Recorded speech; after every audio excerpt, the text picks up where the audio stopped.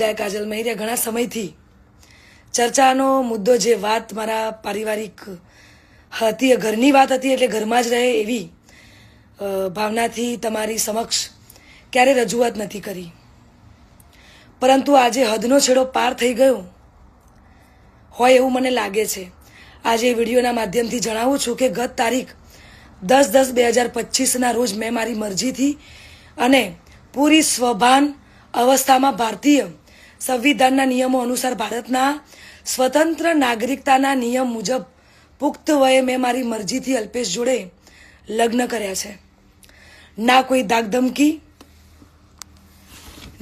ધાકધમકી કે ના કોઈ દબાણથી કર્યા છે. અલ્પેશ અને મારું પોતાનું રિલેશન છેલ્લા 1.5 વર્ષથી હતું. આ વાતની જાણ મારા પરિવારને મેં કરેલી, પરંતુ એમની રાજીપો ના હોવાથી મેં મારી જાતે મારું ભવિષ્ય, મારી જિંદગી મહત્વપૂર્ણ નિર્ણયમાં મેં મારી જાતે લીધો છે. એ બાબતે મારો પહેલો ઘણો કે છેલ્લો ઘણો જવાબ આજ રહેશે અને આજ હશે. તો ખાસ જણાવું છું કે અમે બંને રાજી ખુશીથી રહીએ છીએ. હું મારી આ પર્સનલ વાતમાં ના કોઈ સમાજને કે ના કોઈ વડીલોને ગેરમાર્ગે દોરવા નથી માંગતી. એટલે હું સનાતન ધર્મમાં માનું છું અને સનાતન ધર્મ પ્રેમી જનતા પાસે સાથ અને સહકાર માગું છું. અને ખાસ એ વાત કે હું ધર્મ પરિવર્તન કરવા નહોતી માંગતી, એટલા માટે અત્યાર સુધી હું ચૂપ હતી.